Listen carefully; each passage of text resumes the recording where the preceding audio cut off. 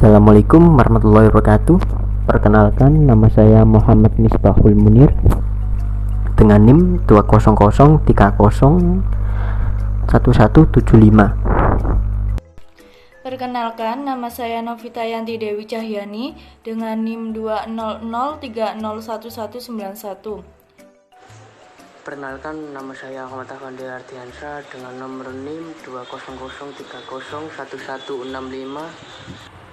Perkenalkan, nama saya Muhammad Farid dengan NIM 2003011166. Perkenalkan, nama saya Lintang Hedi Prahara dengan NIM 20030011192. Perkenalkan, nama saya Jalin Agustina Prameswari Wasista dengan NIM 2301199. Kami dari kelompok 5 ingin menjelaskan tentang bentuk hukum dalam kepemilikan usaha. Pengertian badan usaha. Badan usaha adalah sebuah organisasi kesatuan yuridis atau hukum, teknis, dan ekonomis yang terstruktur dalam mengelola faktor-faktor produksi untuk menghasilkan barang dan jasa yang bertujuan untuk mencari laba atau keuntungan. Bentuk-bentuk hukum dalam usaha. Yang pertama ada perusahaan perseorangan, yang kedua perusahaan kemitraan, yang ketiga ada koperasi, yang keempat perseroan terbatas, yang kelima perusahaan daerah atau BUMD, yang keenam ada badan usaha milik negara atau BUMN, yang ketujuh ada yayasan. Yang pertama, perusahaan perseorangan.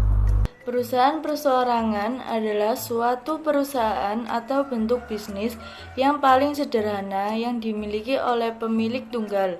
Sedangkan pengusaha perseorangan adalah pemilik dari suatu perusahaan perseorangan yang memiliki kendali penuh atas bisnis tersebut. Kelebihan dan kekurangan perusahaan perseorangan. Kelebihan: 1. Tanggung jawab pemilik tidak terbatas. 2. Sumber keuangan perusahaan terbatas. 3. Kelangsungan hidup perusahaan kurang terjamin. 4. Segala aktivitas manajemen dilakukan sendiri. Sedangkan kekurangannya adalah: yang pertama, tanggung jawab pemilik tidak terbatas.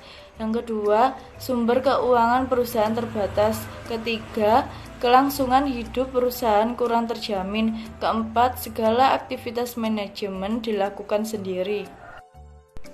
Bentuk hukum.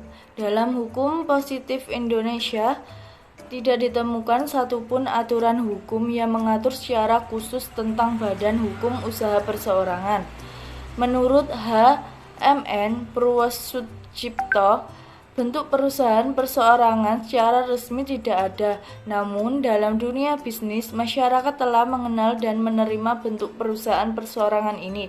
Pada umumnya, masyarakat yang ingin menjalankan usahanya dalam bentuk perusahaan perseorangan ini menggunakan bentuk perusahaan dagang PD atau usaha dagang disingkat UD. Sementara itu, beberapa ketentuan yang mengatur tentang perusahaan perseorangan dapat dilihat di Kitab Undang-Undang Hukum Perdata dan Kitab Undang-Undang Hukum Dagang. Perusahaan kemitraan. Pengertian perusahaan kemitraan yaitu partnership atau kemitraan adalah suatu jenis bisnis yang mana terdapat suatu perjanjian formal yang terjadi di antara dua orang atau lebih yang dibuat dan juga disepakati untuk bisa menjadi rekan pemilik, saling melakukan pendistribusian tanggung jawab untuk bisa menjalankan organisasi dan berbagai pendapatan. Bentuk-bentuk perusahaan kemitraan. Yang pertama, firma. Yang kedua, persekutuan komanditer atau CV. Yang pertama, firma. Firma adalah suatu persekutuan untuk menjalankan usaha antara dua orang atau lebih dengan suatu nama untuk bersama, di mana tanggung jawab anggota tak terbatas terhadap resiko dan hutang perusahaan dengan jaminan seluruh harta kekayaan yang dimiliki oleh masing-masing anggota. Tetapi jika mendapatkan keuntungan atau rugi juga akan dibagi bersama. Kelebihan dan kekurangan firma. Yang pertama, kelebihan. Kelebihan firma, kemampuan manajemen lebih besar karena adanya pembagian kerja di antara para anggota. Yang kedua, kelebihan firma yaitu pendiri firma relatif lebih mudah karena tidak memerlukan akte pendiri. Yang ketiga, kebutuhan modal lebih mudah terpenuhi, lebih mudah memperoleh kredit karena mempunyai kemampuan finansial lebih besar. Selanjutnya, kekurangan firma. Kekurangan firma yang pertama yaitu tanggung jawab pemilik tidak terbatas terhadap seluruh hutang perusahaan. Kekayaan pribadi menjadi jaminan bagi hutang-hutang firma. Yang kedua, kerugian yang diakibatkan oleh seorang anggota harus ditanggung bersama oleh anggota yang lain. Kemudian yang ketiga yaitu kelangsungan perusahaan tidak menentu, sebab jika salah seorang anggota membatalkan perjanjian untuk menjalankan usaha bersama, secara otomatis firma menjadi bubar. Yang kedua yaitu persekutuan komanditer atau CV. Persekutuan komanditer atau CV adalah perseroan yang didirikan untuk menjalankan suatu perusahaan yang dibentuk oleh satu orang atau lebih sebagai pihak yang bertanggung jawab, renteng atau solider, dan satu orang atau lebih sebagai pihak lain yang mempercayakan uangnya. Kelebihan dan kekurangan persekutuan komanditer atau CV. Yang pertama, kelebihan CV yaitu mudah proses pendiriannya. Yang kedua, kebutuhan akan modal dapat lebih dipenuhi. Yang ketiga, persekutuan komanditer cenderung lebih mudah memperoleh kredit. Yang keempat, dari segi kepemimpinan, persekutuan komanditer relatif lebih baik. Yang terakhir yaitu sebagai tempat untuk menanamkan modal, persekutuan komanditer cenderung lebih baik karena bagi sekutu diam akan lebih mudah untuk menginvestasikan maupun mencarikan kembali modalnya. Kekurangan CV. Yang pertama, kelangsungan hidup tidak menentu karena banyak tergantung dari sekutu aktif yang bertindak sebagai pemimpin persekutuan. Kekurangan CV yang kedua yaitu tanggung jawab para sekutu komanditer yang terbatas. Bentuk hukum persekutuan komanditer atau CV. Dalam KUH, dagang tidak ada aturan tentang pendirian, pendaftaran, maupun pengumumannya, sehingga persekutuan komanditer dapat diadakan berdasarkan perjanjian dengan lisan atau sepakat para pihak saja. Pasal 22 KUH Dagang. Dalam praktik di Indonesia, untuk mendirikan persekutuan komanditer dengan dibuatkan akta pendirian atau berdasarkan akta notaris, didaftarkan di Kepanitiaan Pengadilan Negeri yang berwenang dan diumumkan dalam Tambahan Berita Negara Republik Indonesia. Koperasi adalah sebuah organisasi ekonomi yang dimiliki dan dioperasikan oleh orang-orang demi kepentingan bersama. Ciri khas koperasi adalah melandaskan kegiatan berdasarkan prinsip gerakan ekonomi rakyat yang berdasarkan asas kekeluargaan. Kelebihan dan kekurangan koperasi. Kelebihan koperasi yang pertama yakni prinsip pengelolaan bertujuan memupuk laba untuk kepentingan anggota. Yang kedua, anggota koperasi berperan sebagai konsumen dan produsen. Agar koperasi berjalan, anggotanya harus berperan ganda.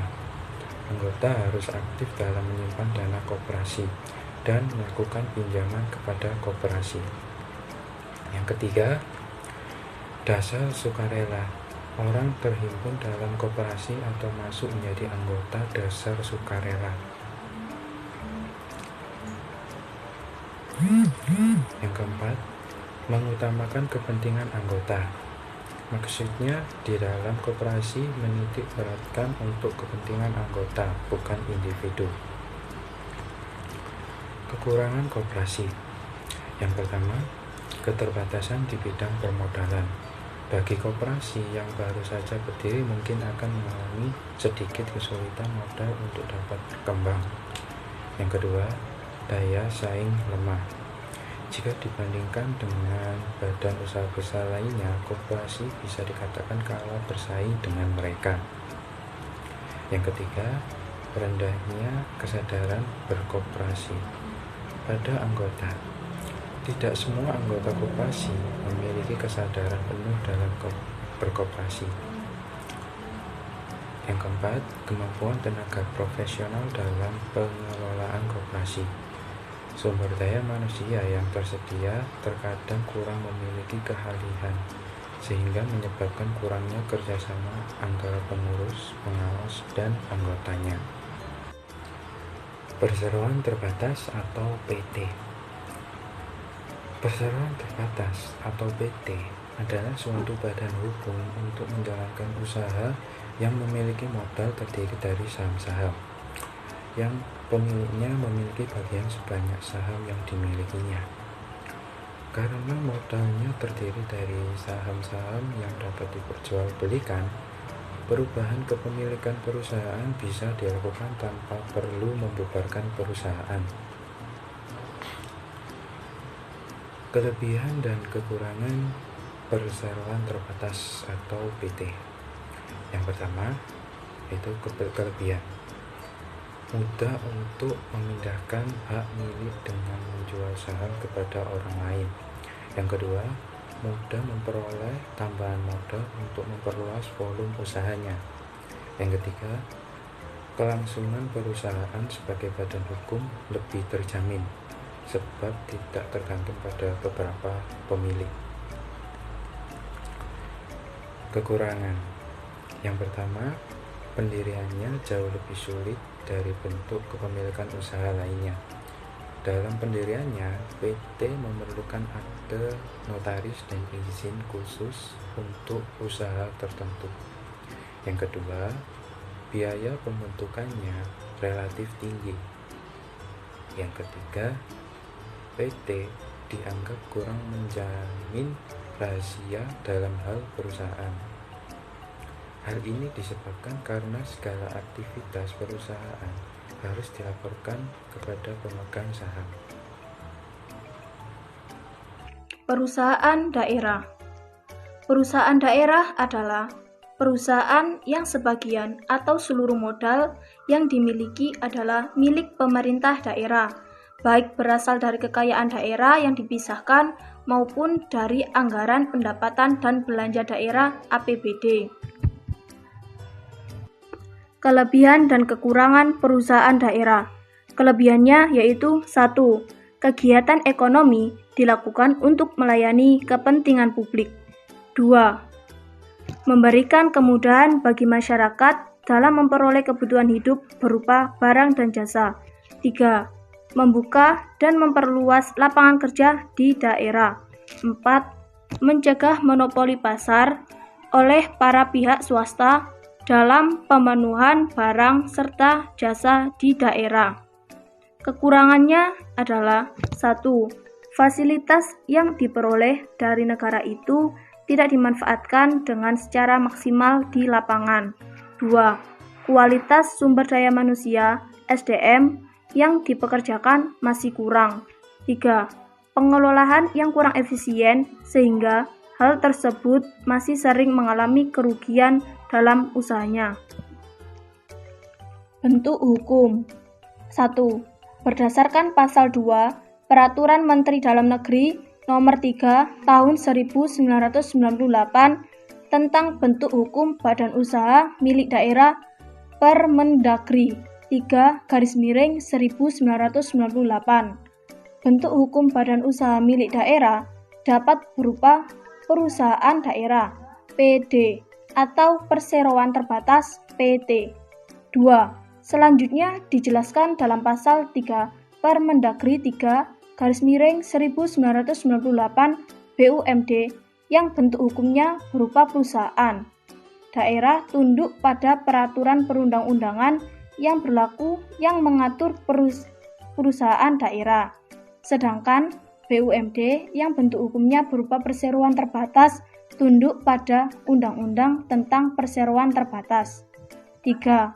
Lebih lanjut, perusahaan daerah diatur dalam UU Nomor 5 Tahun 1999 1962 tentang perusahaan daerah, di mana aset PD berasal dari kekayaan daerah yang dipisahkan oleh APBD.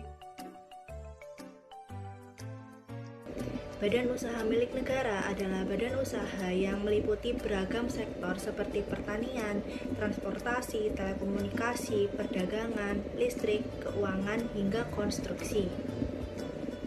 Bentuk-bentuk BUMN terbagi menjadi 3. Yang pertama adalah perusahaan perseroan. Perusahaan perseroan atau persero adalah BUMN yang berbentuk perseroan terbatas yang modalnya terbagi dalam saham yang seluruh atau paling sedikitnya 51% sahamnya dimiliki oleh pemerintah, yang tujuan utamanya adalah untuk mencari keuntungan. Lalu yang kedua adalah perusahaan umum atau perum, adalah BUMN yang seluruh modalnya dimiliki oleh negara dan tidak terbagi atas saham, yang bertujuan untuk kemanfaatan umum berupa penyediaan barang dan atau jasa yang bermutu tinggi dan sekaligus mengejar keuntungan berdasarkan prinsip pengelolaan perusahaan. Lalu yang ketiga adalah perusahaan jawatan. Perusahaan jawatan atau perjan merupakan salah satu bentuk BUMN yang memiliki modal yang berasal dari negara. Saat ini hanya TVRI yang merupakan satu-satunya perjan yang dimiliki oleh BUMN. Besarnya modal perjan ditetapkan melalui APBN. Kelebihan dan kekurangan badan usaha milik negara atau BUMN. Kelebihan yang pertama adalah menguasai sektor yang vital bagi kehidupan rakyat banyak. Yang kedua adalah mendapat jaminan dan dukungan dari negara. Yang ketiga adalah permodalannya sudah pasti karena mendapat modal dari negara.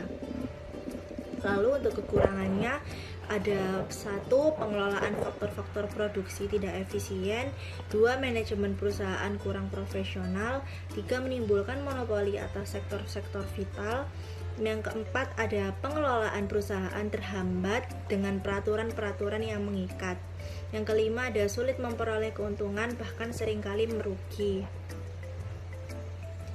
Yayasan merupakan badan hukum dengan kekayaan yang dipisahkan. Tujuan pendiriannya bukan untuk mencari keuntungan, tetapi menitik beratkan pada usaha-usaha sosial. Kelebihan dari yayasan yakni membantu masyarakat sosial dengan tidak mencari keuntungan. Lalu kekurangannya adalah terbatasnya dana-dana yang diperlukan. Terima kasih kami ucapkan.